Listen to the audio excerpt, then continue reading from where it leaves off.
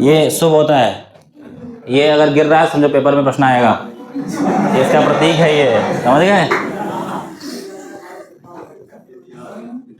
इतिहास, इतिहास का मतलब है ऐसी घटना जो घटित हुई थी, ऐसा हुआ था, ये क्या है, इतिहास है, ठीक है ना। चलो भैया सबसे पहले बता, इसका जनक कौन है, फादर हेरोडोटस। इसकी पुस्तक का नाम क्या है, हिस्टोरिका।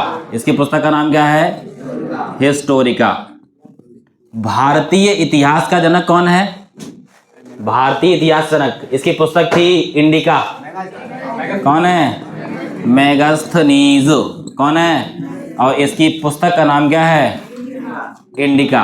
और ये मेगास्थनीज जो था किसके दरबार में था, ये किसके दरबार में था, चंद्रगुप्त मौर्य के दरबार में था। किसके दरबार में था, और चंद्रगुप्त मौर्य के दरबार में से किसने भेजा है, इसे भेजा था सेल्यूकस निकेटर ने। किसने भेजा था, सेल्यूकस निकेटर ने भेजा था, ठीक है। अब थोड़ा शॉर्टकट में जल्दी से समझिएगा।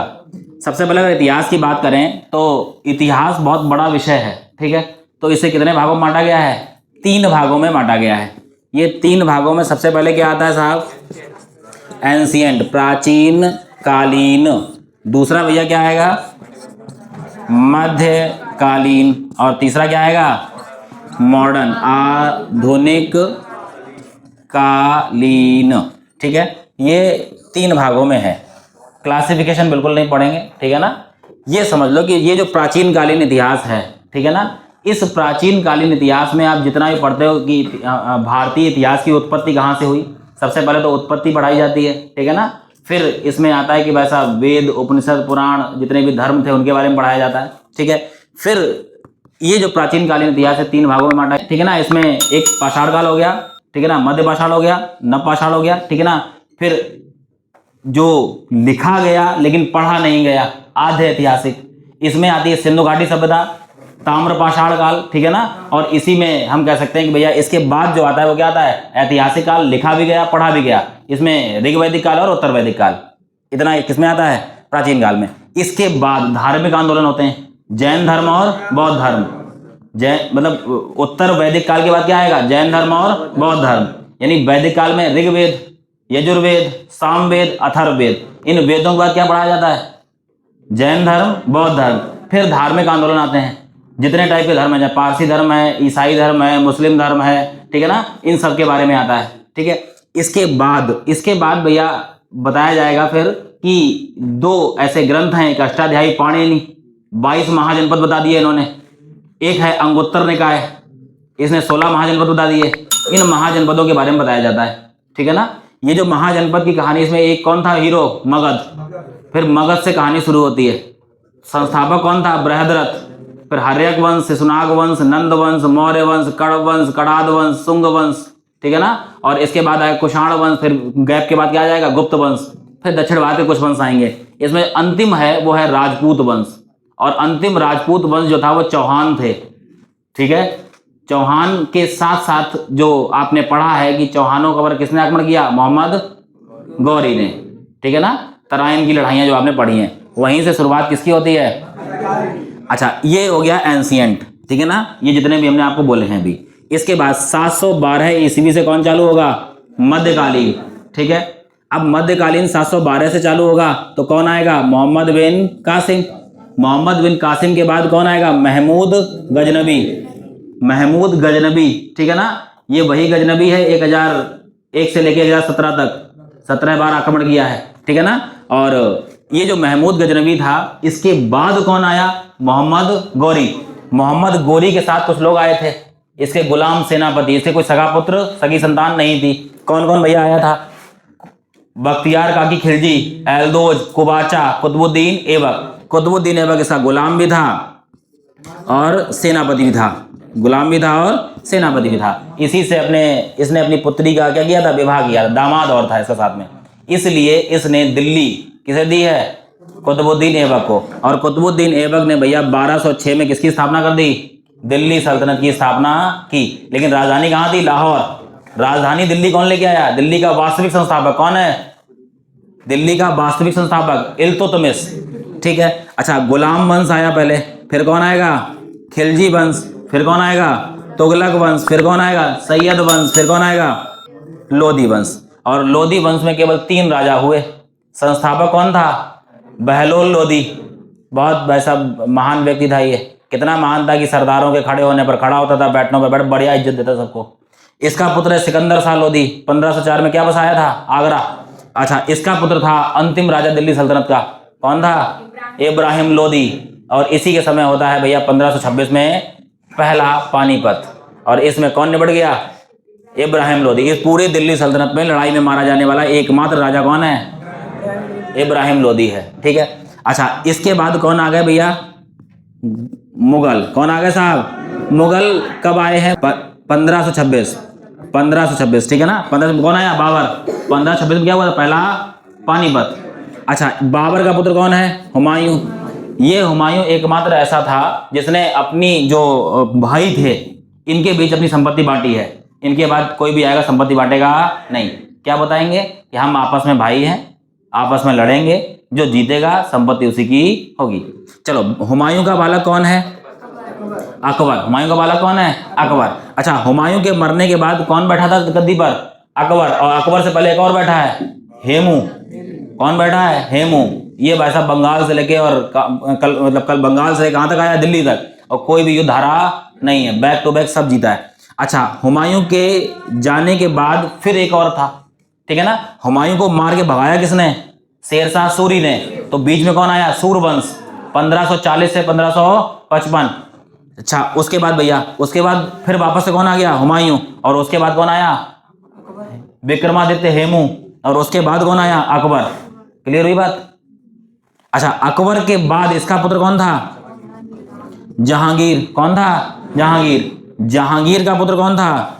शाहजहां। और शाहजहां का पुत्र कौन है? औरंगजेब। और बहादुर शाह जफर प्रथम आएगा। फिर आएगा अंतिम राजा कौन है? बहादुर शाह जफर द्वितीय। इस अंतिम राजा को पकड़ के ले गए अंग्रेज। और कब ले गए? 1857। और कहां ले गए? रंगून। और रंगून में 1862 में ये मर गया, ठीक है। अच्छा, इनके बीच में जब ये मुगल दौड़ रहे थे, ठीक है ना, इनके बीच में 2-3 और क्रांतिकारी लोग आए। सबसे पहले तो अगर हम लोग बात करें तो मराठा थे। कौन थे? इन्होंने मुगलों को बढ़िया छकाया है। फिर भैया मराठाओं के बाद जो आए, ठीक है ना, वो कौन थे? सिख थे। कौन थे? सिख। यानी औरंगजेब के समय आपको पता है कि 9वें सिख सरदार गुरु कौन थे? गुरु तेग बहादुर। इनका गला काटा गया था, ये उस दिन बताए थे इनके बारे में। तो जहां पर दिल्ली में क्या बना है? गुरुद्वारा शीशगढ़ साहिब, वो वही क्षेत्र था जहां पर कभी किसके सर काटा गया था? तेग बहादुर जी का सर काटा गया था। और एक और बताया था भैया, 5वें गुरु कौन थे? अर्जुन देव जी। अर्जुन देव जी को ये कहा गया जहांगीर, इसने लाहौर में खौलते हुए तेल की कढ़ाई में डुबोया है, ठीक है ना। वो कौन से गुरु थे? 5वें। और इसी के बाद सिख धर्म में ये बताया था सैनिक शिक्षा ली और दी जाएगी, ठीक है। ये सारा का सारा किसमें आता है? मध्यकाल में आता है, ठीक है। अब बात करते हैं आधुनिक काल की। यहाँ कहानी शुरू होती है पहले तो यूरोपीय कंपनियों से। किससे शुरू होती है? यूरोपीय कंपनियों का भारत में आगमन, ठीक है। तो पहले कैसे कैसे कंपनियां, क्यों कंपनी पहली आ गई थी? कब आ गई थी? 1498 में। लेकिन ये कहानी कहां तक है? 1897 तक है। अच्छा, कुछ विद्वान ये मानते हैं कि आधुनिक भारत का इतिहास 1707 से प्रारंभ होता है। 1707 में कौन मर रहा है? औरंगजेब। कौन मर रहा है? औरंगजेब। औरंगजेब 1707 में मरेगा। वैसे ही क्या मान लेते हैं? क्या आ गया? क्योंकि इसके बाद जितने भी मुगल हुए वो बहुत ज्यादा कुछ कर नहीं पाए। धीरे धीरे मुगल सत्ता क्या होती गई? खत्म होती गई, ठीक है ना। अच्छा, अब यूरोपीय कंपनियों का भारत में आगमन पहला टॉपिक हो गया। इसके बाद जो कंपनियां भारत आई उनमें से लड़ झगड़ के जो एक कंपनी बची उसका नाम क्या था साहब? British east India company. उसका नाम क्या था? British east India company. और ये जो ब्रिटिश ईस्ट इंडिया कंपनी थी इसके बारे में पूरा जानकारी लेनी है, इसे पढ़ना है अच्छे से, ठीक है ना। अच्छा, इसके बाद क्या करना है? इसके बाद आप पढ़ोगे, पहले तो शुरुआत कहां से होगी? बंगाल से। तो बंगाल का गवर्नर आएगा, फिर बंगाल का गवर्नर जनरल आएगा, फिर आएगा भैया भारत का गवर्नर जनरल, ठीक है ना। भारत का गवर्नर जनरल, ये 1833 का चार्टर एक्ट है। अच्छा, भारत के गवर्नर जनरल के बाद क्रांति होगी। क्रांति के समय गवर्नर जनरल कौन है? कैनिंग। और यही कैनिंग भारत का पहला क्या बनेगा, वायसराय बनेगा। क्या बनेगा, वायसराय बनेगा।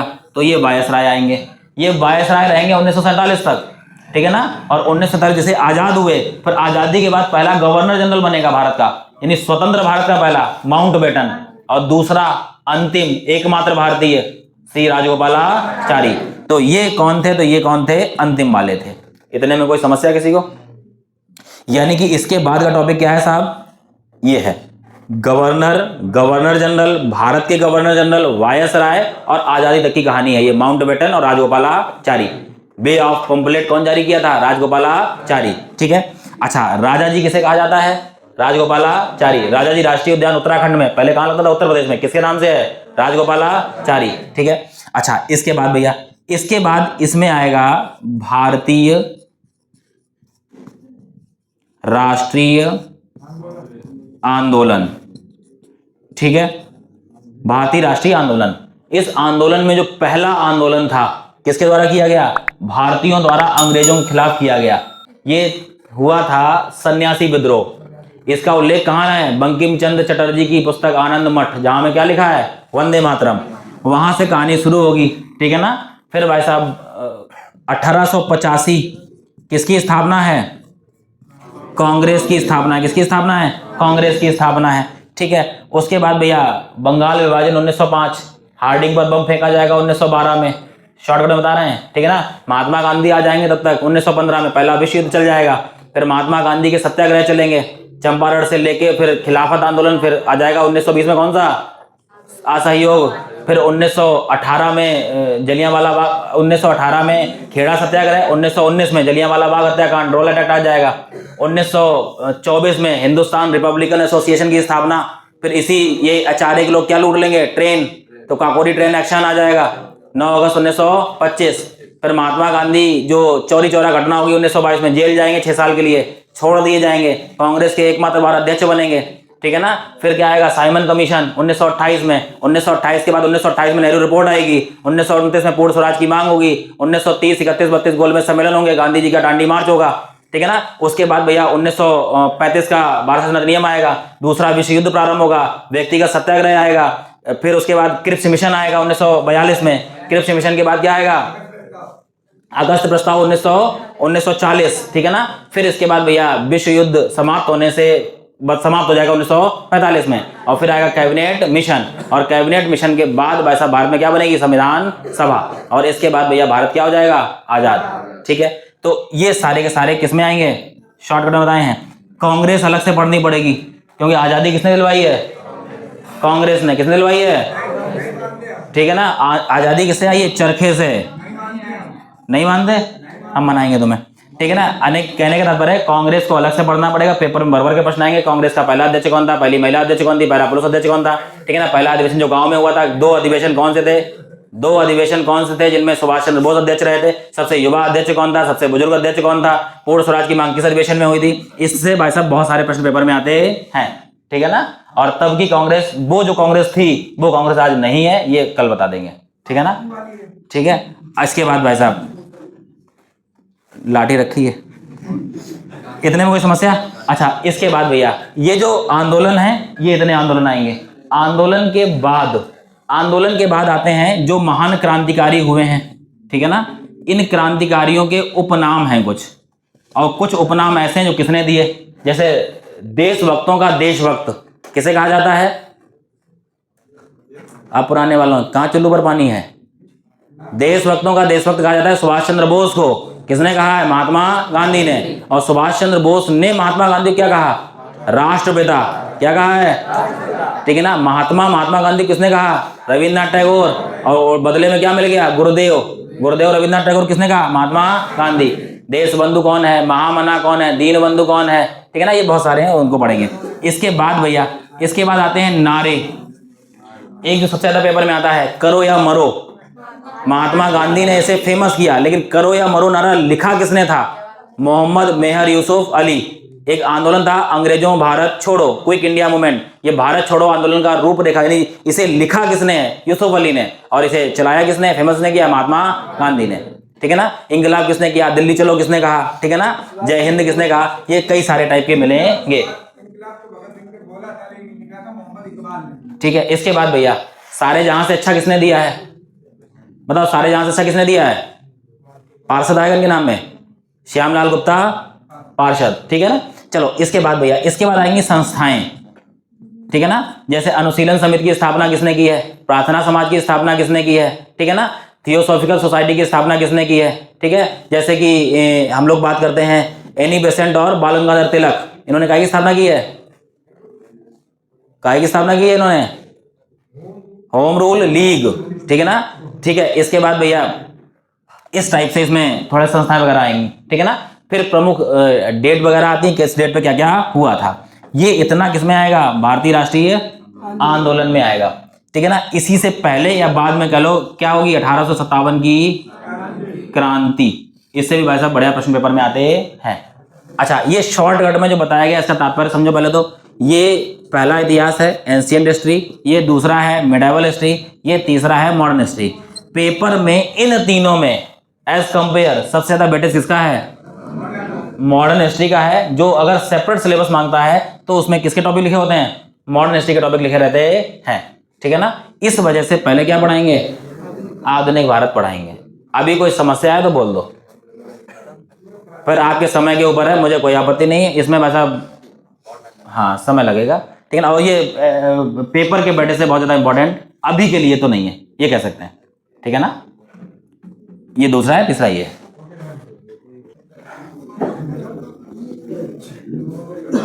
आधुनिक भारत का इतिहास, इसमें पहला टॉपिक है यूरोपीय कंपनियों का भारत में आगमन, ठीक है ना। चलो देखो भैया, पहले तो कारण समझते हैं, काय का कारण समझते हैं, ये आए क्यों, ठीक है। सिर्फ बोर्ड पे देखना है, लिखना लिखाना भी कुछ नहीं है, ठीक है। आपको ये पता है कि पहले भारत पर, इससे पहले भारत पर किसका अधिकार है, मुगलों का अधिकार है। मुगलों से पहले किसका अधिकार है, दिल्ली सल्तनत का अधिकार है, ठीक है ना। यानी कि दिल्ली सल्तनत वाले जो थे वो भी कहाँ से आए थे, यानी कि मोहम्मद गौरी, और मोहम्मद गौरी के बाद हम लोग बात करें उससे पहले महमूद गजनवी, ये सब कहाँ से आए थे, अफगानिस्तान वाले क्षेत्र से आए थे, ठीक है ना। अफगानिस्तान उसके ऊपर का जो क्षेत्र है उसे ऑटोमन कहा जाता है, यानी मुस्लिम जो देश हैं इन्हें क्या बोलते हैं, ऑटोमन्स कहते हैं, ठीक है। अच्छा, अब ये लोग क्या करते थे कि भारत किस उद्देश्य से आए थे, जैसे बाबर उज्बेकिस्तान से अफगानिस्तान, अफगानिस्तान से भारत आया, लूटपाट की, अब कहाँ जाना, जैसे वापस जाना तो वापस गया ही नहीं, बोला यहाँ जो जलवायु है बहुत अच्छी है, जहाँ से हम आए थे वहाँ रोज रेती रेत था, ठीक है ना। वहाँ केवल क्या है, धूल के मैदान थे, यहाँ सब बढ़िया चल रहा है, तो यहाँ से वापस नहीं गया। तो कहने का तात्पर्य ये था कि जो मिडिल एशिया जो है, ठीक है ना, मध्य एशिया जो है, ये एक बफर जोन की तरह कार्य करता था यूरोप और एशिया के बीच में, और ये लोग यहाँ से क्या करते थे, व्यापार कर लेते थे। इस व्यापार में आपने एक नाम सुना होगा सिल्क रूट का, किसका नाम सुना है, तो आपको इससे ये समझ में आएगा जो ये सिल्क है, ये सिल्क का क्या हो रहा है, व्यापार हो रहा है, यानी चाइना, चाइना से भारत होते हुए, ये मिडिल एशिया होते हुए, तुर्की होते हुए, ये कहाँ जा रहा है रास्ता, यूरोप जाता था, यहाँ से बढ़िया व्यापार होता था, ठीक है। अच्छा, अब व्यापार यहाँ पर दिल्ली सल्तनत और मुगल यानी कि मुस्लिमों का अधिकार था, तो ये व्यापार कौन किसके हाथ में है इस समय, इन्हीं के हाथ में है। ये अपना व्यापार करते हैं, व्यापार बढ़िया चलाते हैं। ऑटोमन्स को समझ में आया ये जो रूट है भाई साहब, इससे तगड़ा व्यापार होता है, ठीक है ना। क्यों ना इस रूट को क्या कर दिया जाए, बाधित कर दिया जाए। इस बाधित करने के चक्कर में इन ऑटोमन्स ने तुर्की में एक जगह है कुस्तुनुतुनिया, पर तुर्की की लोकेशन समझ लो, तुर्की विश्व का ऐसा देश है जो एशिया में भी है और यूरोप में भी है, ऐसे और भी देश हैं, लेकिन ये उस लोकेशन पर बैठा है जहां से यूरोप जाने का स्थल का रास्ता गुजरता है। अच्छा, इसका एक शहर है कुस्तुनुतुनिया, ठीक है। यहाँ से क्या करते थे ये लोग, जब निकलते थे तुर्की वाले टैक्स वसूलते थे, बोला हमारे देश से, हमारे रास्ते से निकल के जा रहे हो, तुम्हें क्या दो, टैक्स दो। अच्छा, व्यापारी, आप जानते हो दुनिया में सबसे ज्यादा पैसा वाला है कौन, व्यापारी। इनके पास बढ़िया पैसा होता था तो ये टैक्स भी बढ़िया देते थे, तो ये बढ़िया काम चलता था इसका, तुर्की का। ऐसे करके यूरोप और एशिया के में कह सकते हैं कि बढ़िया व्यापार चल रहा था। व्यापार चलते चलते इन ऑटोमन्स ने क्या किया, कुस्तुनुतुनिया पर अधिकार कर लिया। इन ऑटोमन्स ने जब कुस्तुनुतुनिया पर अधिकार कर लिया तो ये जो रूट था, ये रूट क्या हो गया, बाधित हो गया, बंद हो गया। अब रूट बंद हो गया तो भाई साहब अब यूरोपीय वाले जो थे, यूरोपियन कंट्रीज जो हैं, ये भाई साहब अब इस बात पे बैठे हैं कि भारत जाने का कोई दूसरा रास्ता चाहिए। अब भारत जाने का दूसरा रास्ता चाहिए, तो इस रास्ते के लिए भाई साहब खोजबीन प्रारंभ हुई। एक बात तो ये हो गई, एक पहलू ये हो गया। रास्ते थे दो, पहला रास्ता तो ये स्थल का रास्ता था, दूसरा रास्ता इटली के रोम से गुजरता था। इटली के रोम के बारे में ये कहा जाता था, वहां की जो मतलब व्यापारी वर्ग के लोग, या कह सकते हैं कि पैसे वाले लोग, उस टाइम पर भारत के बने रुमाल और कपड़े पहना करते थे। आज भी भारत के कॉटन की, ठीक है ना, यूरोप में तगड़ी मांग है। कॉटन की मांग तो है ही, लेकिन कौन से कॉटन की मांग है? इंडियन कॉटन की मांग है। अच्छा, थोड़ा सा दो लाइनें पीछे बताते हैं। जो भारतीय कॉटन है, हम अपना धागा बना के, जो धागा बनता है वो अलग इंडस्ट्री है, जो धागे से कपड़ा बनाएगा वो अलग इंडस्ट्री है, ठीक है ना। तो हम धागा बना के किसको देते थे? बांग्लादेश को। बांग्लादेश कपड़ा बनाता था, और वो कपड़ा कहां बेचा जाता था? यूरोप मार्केट में बेचा जाता था। अच्छा, दूसरी बात सुना, हम जीरो टैक्स पे धागा किसको बेच रहे हैं?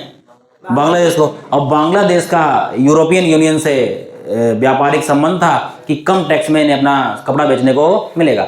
बांग्लादेश विश्व का दूसरा सबसे बड़ा सूती वस्त्र एक्सपोर्टर है। हम कौन से नंबर पे आते हैं? चौथे पे। यानी बेचते हम भी हैं, लेकिन यूरोप के पक्ष में कौन ज्यादा था? और हम अपना बंदरगाह देके रखे थे, कौन सा वाला? कलकत्ता वाला। अब हमारे संबंध बिगड़ गए तो हमने कह दिया मुंबई वाले पे आओ। एक तो ये आपको पता ही है, आपने पढ़ा करंट अफेयर में। दूसरी समस्या, अब हमने अभी 26 जनवरी 2026 को FATF कर लिया यूरोपियन यूनियन से। अब बांग्लादेश से सस्ता किसका हो गया? हमारा।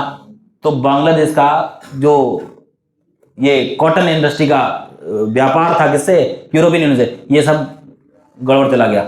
अब यहाँ कौन बैठेगा? भारत। क्योंकि हमने क्या कर लिया इनसे? 27 क्या कर लिया?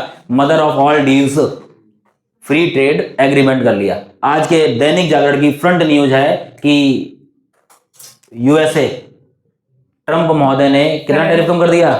18%। 25 से कितना कर दिया? 18 कर दिया, ठीक है ना। चलो, इतने में कोई समस्या? तो ये महत्ता बताने का प्रयास किया है, इस रास्ते की महत्ता क्या थी, ठीक है। अच्छा, तेल खरीदेगा। अच्छा, इसके बाद भैया, अब ये जो यूरोप महाद्वीप जो है, इसे प्रायद्वीपों का प्रायद्वीप कहा जाता है। इसमें महासागरों के बीच में बसे हुए देश हैं। महासागर कौन कौन से हैं? एक तो हम कह सकते हैं कि अटलांटिक महासागर है, ठीक है ना, यूरोप महाद्वीप। अटलांटिक महासागर के साथ साथ हम कह सकते हैं कि भूमध्य सागर है, उत्तरी सागर है, ठीक है ना। फिर कई सारी खाड़ियां हैं इनके पास। तो इनके बीच में कौन बसा है? यूरोप महाद्वीप है। पानी बढ़िया फैला पड़ा है इनके चारों तरफ। एक तरफ से केवल रूस कवर किए है, एक तरफ से तुर्की कवर किए है, फिर आ जाएगा काला सागर और कैस्पियन सागर आ जाएगा। तो इन्हें कहीं भी जाने आने के लिए सबसे ज्यादा प्रमुखता काहे की चाहिए? नाव से जाना है। काहे जाना है? नाव से। तो इन देशों ने अपने लोगों के लिए, अपने लिए नेविगेशन और नाव वाले बोट्स पर बढ़िया इन्वेस्टमेंट किया है और बढ़िया इनोवेशन किया है। इन्होंने बढ़िया इंजीनियर रख रखे हैं उस टाइम पर। कब की ये बात चल रही है? 1400 से 1500 के बीच की बात चल रही है। उस टाइम पर उन्होंने बढ़िया नवाचार करवाया है कि बस अब ऐसी नावें बनाओ कि व्यापार सुगमता से हो पाए, ठीक है ना। ये इसमें बढ़िया इन्वेस्टमेंट कर रहे हैं। इसमें पुर्तगालियों का, इसके बाद स्पेन वालों का नाम प्रमुखता से आता है, ठीक है ना। अच्छा, ये जो कार्यक्रम था, ये क्या करते थे? अभी आप समझना, जब हम टाइम जोन पढ़ते हैं तो हम क्या पढ़ते हैं? याद करो जरा। सर्वाधिक टाइम जोन फ्रांस के पास है, ठीक है ना। फिर रूस के पास है, ब्रिटेन के पास है, अमेरिका के पास है। ये फ्रांस के पास सर्वाधिक टाइम जोन आए कहां से? क्योंकि भाई साहब ये विश्व में इतनी जगह पे बैठा है अपना आइलैंड लेके, ठीक है ना। और ये आइलैंड के हिसाब से इनके पास अपना क्या बन गया? टाइम जोन मिल गया। ऐसे ब्रिटेन का हाल है। ब्रिटेन तो वो देश था ना, हमारे यहाँ सूर्यास्त होता है तो सूर्योदय बना रहता है, इधर अस्त होता है तो उधर निकल आता है। इतना बड़ा साम्राज्य था ब्रिटेन का, ठीक है। तो इन्होंने किसके में क्षेत्र में अच्छा काम किया? नाव और नेविगेशन दोनों में बढ़िया काम किया, ठीक है। अच्छा, इसने ये लोग अपने दल भेजते थे और पैसा इन्वेस्ट करते थे। कौन? राजा। कहां भेजा है? कि जाके स्थल भूमि खोज के लाओ। भूमि खोजने से दो फायदे। एक तो भाई साहब हम डेवलप्ड हैं, हम बड़ी बड़ी नाव लेके भूमि खोजने पहुंचे। जब भूमि मिल जाएगी तो वहां जनजातियां रहती हैं, छोटे मोटे लोग रहते हैं, मांस खा के काम चलाते हैं, तीर कमान चलाते घूम रहे हैं, ठीक है ना। इन पे अधिकार कर लेंगे। एक तो क्षेत्र मिल गया। दूसरा भाई साहब, जो हमारे यहाँ सामान बना है वो सामान ले जाकर किसको बेच देंगे? वहां से जो भी नेचुरल रिसोर्सेज मिलेगा वो कहां ले आएंगे? अपने देश ले आएंगे। ये बात समझ में आई? इसमें भाई साहब ये अग्रणी थे, बिल्कुल एकदम भर भर के काम करते थे, ठीक है। अब ये राजा महाराजा ऐसा काम करते थे। तो इसी में एक व्यक्ति है बार्थोलोम्यो डियाज। कौन है ये? बार्थोलोम्यो डियाज। इसको पहले एक बार भेजा गया है कि जाओ भाई साहब खोजो। ये भाई साहब भारत खोजने के चक्कर में दक्षिण अफ्रीका में सबसे लास्ट पॉइंट पे पहुंचा है। यहाँ पे साउथ अफ्रीका देश है, अफ्रीका महाद्वीप का। कैप ऑफ गुड होप, ठीक है ना। तो कैप ऑफ गुड होप कौन है? कौन है ये? बार्थोलोमेव डियाज, ठीक है ना। ये जो व्यक्ति है इसने यहाँ तक तो रास्ता खोज दिया, इसके आगे का सेफ नहीं पता। इसे ये नहीं पता कि यहाँ जाएंगे भारत मिल जाएगा, ये इसको भी जानकारी नहीं है, ठीक है ना। अच्छा, इसके बाद भैया, इसके बाद यहाँ पर बहुत सारे आइलैंड्स हैं। यहाँ पर आइलैंड, अफ्रीका महाद्वीप में खुद कितने आइलैंड हैं? 6 आइलैंड हैं। जो सबसे बड़ा कौन है? मेडागास्कर, ठीक है ना। और मेडागास्कर के पास है मॉरिशस, हिंदी में बढ़िया पढ़ा होगा आपने। पोर्ट लुइस राजधानी है इसकी। विश्व हिंदी सम्मेलन होते हैं, बिहारी बढ़िया बोली जाती है, भोजपुरी, ठीक है ना। अच्छा, इस मॉरिशस का एक आइलैंड है चागोस करके, इसको लेके अभी मतलब 15 दिन पहले का करंट अफेयर है कि ब्रिटेन और अमेरिका आपस में लड़ लिए। बोला इसको वापस नहीं किया जाएगा, और ब्रिटेन ने 100 साल के लिए लीज पे लिया था, उसको वापस होना है। किसके पास जाना है? मॉरिशस के पास जाना है। तो इनका लड़ाई झगड़ा पड़ा है, ठीक है। अच्छा, अब ये दल भेजते थे। इसी क्रम में आपने बहुत बढ़िया पढ़ा है कि भारत खोजने निकले हैं एक महाशय, नाम है कोलंबस, साल है 1492, पढ़ा है ना। तो कोलंबस क्या खोजने निकले? भारत खोजने निकले, ठीक है ना। अब ये भारत खोजने तो निकले हैं, लेकिन भाई साहब जाना तो था उन्हें घूम के इधर, लेकिन पहुंच गए इधर। इधर कौन सा सागर था? ये अटलांटिक ओशियन, और अटलांटिक ओशियन में ये जो है ये है कैस्पियन सागर। ये कैस्पियन सागर में जो आप वर्तमान में एक देश पढ़ते हो, इसका नाम वेस्ट इंडीज है, बहुत सारे द्वीपों से मिलकर बना है। तो ये वहां पहुंच गए। कौन भाई साहब है ये? कोलंबस। कौन भाई साहब है? कोलंबस भाई साहब हैं ये, ठीक है ना। ये पहुंचे, इन्होंने भाई साहब जब ये पहुंचे तो इन्होंने सीधा अनाउंसमेंट मारा कि भाई साहब भारत मिल गए हो। अब भारत मिल गए। अच्छा, उस समय व्हाट्सएप तो था नहीं ना, इतना ज्यादा सोशल मीडिया थी कि तुम अपडेट करोगे भाई साहब ये भारत नहीं, कोई तो बताने आएगा। इन्होंने कह दिया मिल गया, तो भाई साहब लोगों ने मान लिया मिल गया। अब भाई साहब जब ये वहां पहुंचे तो यहाँ के लोग भैया ब्रायन लारा की तरह थे। आपने देखा होगा हुसैन बोल्ट को, आपने देखा ही, ठीक है ना। ये जो भाई साहब थे ये काले थे, एक तो अनुज की तरह नहीं थे। अब ये काले तो थे, लेकिन ये काले में भी भाई साहब इतने चमकदार थे कि मतलब बहुत ज्यादा काला, ऊपर से मतलब नहीं कड़वा तेल लगा लो तो कत्थई चमकते हैं, शाइनिंग मार रहे। Very good. तो ये शाइनिंग ऐसी मार रहे थे कि इस महाशय ने इन्हें क्या बोल दिया?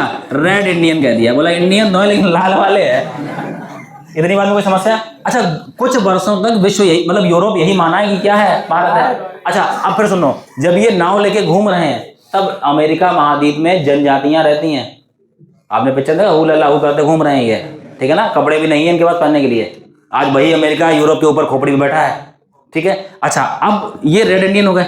अब थोड़ा समय जब बीत गया तब इनको भाई साहब इस बात की पुख्ता जानकारी मिल पाई कि भाई साहब जो चीजें हम इस रास्ते से लेके आते थे वो तो यहाँ कुछ मिलता ही नहीं।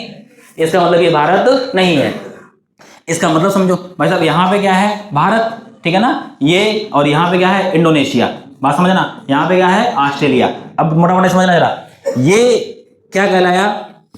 ये क्या कहलाया? West Indies. इसका वेस्ट इंडीज नाम इंडीज इंडिया से है। अब ये यहाँ पे भाई साहब यूरोप के ऊपर यहाँ पे क्या है? ब्रिटेन। बात समझना ध्यान से, ये ब्रिटेन है, तो ब्रिटेन से ये काहे में है? वेस्ट में। तो इस क्षेत्र को क्या बोला गया? West Indies. और ये ब्रिटेन से कहाँ है? ईस्ट में है, तो इसे इंडोनेशिया ईस्ट इंडीज बोला गया। फिर सुनना, ये व्यापार करने मुख्य रूप से भारत नहीं आए हैं, ये पूरे भारतीय उपमहाद्वीप इस क्षेत्र में व्यापार करने आए हैं, ठीक है ना। ये मत सुनना, ये कंपनियां भारत व्यापार, इन्होंने भारत के साथ साथ पूरा इंडोनेशिया से साथ दक्षिण पूर्व जो एशियाई देश है सबके साथ व्यापार किया है, ठीक है। अच्छा, अब इतनी बात में कोई समस्या? अब इसके बाद भैया पुर्तगाल जो देश है, यहाँ का जो राजा है ये 1498 में एक दल भेज रहा है। इसमें कितने जहाज शामिल हैं? पानी वाले 4 बड़के जहाज शामिल हैं। और इस दल का नेतृत्व कौन कर रहा है? वास्को डी गामा कर रहा है। ये जहाज कहाँ से चला है? लिस्बन, पुर्तगाल की राजधानी से चला है। कुछ किताबों में ये भी लिखा है कि यहाँ का राजा सी ऑफ करने आया था, बाय करने आया था। सी ऑफ मतलब बाय करने आया था किसको? वास्को डी गामा को। एक जहाज पे वास्को डी गामा है, एक जहाज पे वास्को डी गामा का भाई है, एक जहाज पे राशन पानी भरा, पानी है और क्या है? राशन है। एक जहाज खाली छोड़ा गया था, यानी 4 जहाज 4 नावें गई हैं। यहाँ पर एक जगह है अटलांटिक ओशन, केप बर्दे, ठीक है ना। केप बर्दे से पहले ही तूफान आ गया। तूफान इतना जोरदार था कि भाई साहब ये चारों की चारों नावें अलग अलग हो गई। नावों को बढ़िया नुकसान हुआ। और हुआ क्या कि भाई साहब लीडर कौन था? Vasco D gamma. Vasco D gamma का जहाज अलग हो गया, बाकी 3 जहाज कैसे हो गए? अलग हो गए। अब वास्को डी गामा और जो 3 अलग अलग हुए, बोला या तो वापस जाते हैं या वापस से क्या करते हैं, जिस यात्रा के लिए निकले तो उसे आगे बढ़ाते हैं। अच्छा, इत्तेफाक की बात थी, दोनों जो थे, जो लीड करने वाले जहाज थे, दोनों के दिमाग में क्या है? आगे बढ़ते हैं। और आगे बढ़ते बढ़ते जब ये जहाज इक्के पे बढ़ते द्वीप पे वहां पहुंचे तो भाई साहब वास्को डी गामा का जहाज बाद में पहुंचा। जब वास्को डी गामा का जहाज पहुंचा तो ये 3 जहाज पहले से वहां खड़े थे। इसके बाद जहाजों की जांच की गई, जांच में पाया गया एक जहाज काफी जर्जर हो गया है, मतलब चलने की कंडीशन ठीक नहीं है, उस जहाज को वहीं छोड़ दिया गया। बाकी 3 जहाज कहाँ बढ़ा है आगे, और कहां तक आराम से पहुंच गया, कैप ऑफ गुड होप तक आराम से, क्योंकि यहां तक का रास्ता पता था पहले से, ठीक है ना। यहां से भाई साहब फिर ये कह सकते हैं कौन सा है, मेडागास्कर, यहां से ये धीरे धीरे करके आगे बढ़ा है। आगे बढ़ने के बाद फिर यहां से कहां के लिए चला है, भारत। तो अब्दुल मजीद एक व्यक्ति है, शॉर्टकट में सुनो, अब्दुल मजीद एक व्यक्ति है जो कहां का व्यापारी है, गुजरात का। वही नहीं गुजरात वाले पैसे वाले होते हैं, सोचो भाई उस जमाने में इसको रास्ता दिखाने वाला कौन है, गुजरात का व्यापारी अब्दुल मजीद। इसने बताया कि भाई साहब ये मुंह लटकाए घूम रहा था कौन, वास्को डी गामा, समंदर के किनारे, ठीक है ना। अच्छा भारतीय वाले खुद भी वैसे परेशान होते, तुम थोड़ा घूर के देख लो कहा है बताओ। तो भाई साहब ऐसे इसके साथ हो लिया, ऐसे इसके साथ हुआ तो भाई साहब बोला भारत, बोला भारत ऐसे चलेगा, भारत मिल जाएगा। अब उसने इतने मतलब हल्के स्टाइल बताया इधर चलेगा भारत मिल जाएगा, बाद पगला बना रहा भाई साहब, हम 1.25 साल हो गए भटकते भटकते अभी तक नहीं मिला, ये बता रहा है चलेगा भारत मिल जाएगा। फिर इसने पक्षी जाते हुए देखे, किसने, वास्को डी गामा ने, 25 उड़ते हुए जा रहे हैं। अच्छा 25 जा रहे हैं तो स्थल कहीं नहीं होगा जरूर, तो भाई साहब इसके दिमाग की बत्ती जली, तो ये भाई साहब कहाँ की जल दिया, तो भाई साहब ये चला तो यहाँ के लिए था, पहुंचा कहाँ, यहाँ पे केरल के कालीकट पहुंचा, ठीक है ना। और उस समय कालीकट में कौन था, जमोरिन, ये परिवर्तित नाम है, जमोरिन पहुंचा। जमोरिन जो था राजा था। ये लोग भाई साहब जब जहाज आते देखे कि भाई साहब बढ़ के जहाज आ रहे हैं, हम लोग चलाते हैं ना भैया, ऐसे करके हट्टा और लगाते हैं उसमें, ये भाई साहब ऐसे थे ऑटोमेटिक चल रहे थे, पर्दे बंधे थे इसमें, ठीक है ना। जब इन्होंने देखा वैसे बड़े बड़े जहाजों से कोई आया है तो बोला कि कोई व्यापारी आए होंगे, पैसा धन उपहार लाए होंगे, राजा ने कहा पेश करो इन्हें। अब जो वास्को डी गामा सामान लेके गया था उपहार के लिए, वजह कुछ देवो तभी तो कुछ मिलेगा, तो वो सामान से ये जो जमोरिन था बहुत खुश नहीं था, लेकिन व्यापार हुआ, ट्रेडिंग हुई, और साथ साथ इसे मसाले ले जाने की परमिशन दी गई, मसाले, जड़ी बूटियां, और साथ में सर्वाधिक क्या लेके आया, काली मिर्च। और भाई साहब इसके बाद जब ये वापस आता है तो उसे कितना फायदा हुआ है, 60 गुना, कहीं 64 गुना फायदा हुआ है। थोड़ा शॉर्टकट में सुन लो, ये जब जहाज वापस चले तो 3 जहाज वापस चले, ठीक है ना, 3 जहाज वापस चले तो रास्ते में महामारी फैल गई, तूफान आए, तूफान आने में एक जहाज इनका और क्षतिग्रस्त हुआ है। तो ये भाई साहब जब ये वापस पहुंचे, चले थे 155 लोग, 150 से 155 के बीच में थे ये, लेकिन जब पहुंचे हैं तो भाई साहब ये 50 नहीं बचे हैं, बाद बाकी 100 से अधिक लोग इस जो पूरा का पूरा जाने वाने का सीन था इसमें क्या हो गए, मर गए। जो दल आया था वास्को डी गामा साथ, जो लोग मरे थे उनके परिवार वालों को भी बढ़िया सम्मान दिया गया, ठीक है ना, बढ़िया पैसा दिया गया। वास्को डी गामा वो नक्शा लेके पहुंचा था, जो नक्शा क्या बता रहा था, पानी के रास्ते बाहर जाने के बारे में बता रहा था। इसके बाद ये जो वास्को डी गामा था, इससे पूछा गया भाई तुम उपहार में क्या चाहते हो, तुम लीडर बन के गए थे, इसने पता क्या मांगा है, मसाले दे दो में, ठीक है ना, 5 किलो मसाले मांगे, वो तो उस जमाने की बात है ये, ठीक है ना। अच्छा अब दूसरा प्रश्न बनता है, मसाले, इन मसालों को लेके ऐसा क्या खास बात थी कि भाई साहब इतना ड्रामा फैल गया, ठीक है ना। तो यूरोप महाद्वीप जो है ये आर्कटिक सर्कल के आसपास है, यहाँ सर्दी अधिक पड़ती है, ये लोग भोजन में मांस अधिक खाते हैं, और मांस जो होता है ये मसालों में ज्यादा बेहतर बनता है। दूसरी बात आपने जो वो देखा होगा, जो ढाबे वाले होते हैं, सब्जी जब खराब होने को आ जाती है उसमें क्या डाल लेते हैं, और थोड़े से गर्म करके मसाले, ठीक है ना। सब्जी इतनी पुरानी होती जाएगी उसमें उसमें मसाला बढ़ा जाता है, क्यों, क्योंकि वो खराब ना हो, उसका स्वाद बिगड़े ना। उस मामले में ये माहिर थे। तो ये क्या चाहते थे भारत से, मसाले चाहते थे। ये मसाला कमला पसंद नहीं है, मैं तुमको बोलो जुबान केसरी दाने दाने में, ये वो नहीं है, ठीक है ना, ये गरम मसाला है, खड़ा वाला वो भी, ठीक है ना। चलो इतने कोई समस्या। तो ये जो मसाले, अब भाई साहब यूरोपियों ने व्यापार करना प्रारंभ किया, इनको भाई साहब बढ़िया फायदा हुआ, ठीक है ना, कितना 60 से 64 गुना फायदा हो रहा है। जब बढ़िया फायदा हुआ तो जिसका फायदा, जो पैसे वाला है, पैसे वाले आदमी किससे जल्दी फैलते हैं, ठीक है ना। अब इनके किस्से पूरे यूरोप में क्या करने लग गए, ये भाई साहब पुर्तगाली कहीं से व्यापार कर रहे हैं, बढ़िया फायदा हो रहा है, बढ़िया फायदा हो रहा है, बढ़िया फायदा हो रहा है, ठीक है ना। और इसको लेके भाई साहब अब क्यूरियोसिटी जागी है यूरोप वालों में कि ढूंढो भाई साहब कहाँ से कर रहे हैं। फिर इसी क्रम में अन्य यूरोपीय कंपनियां भी भारत आएंगी, कल एक एक करके देखेंगे, ठीक है।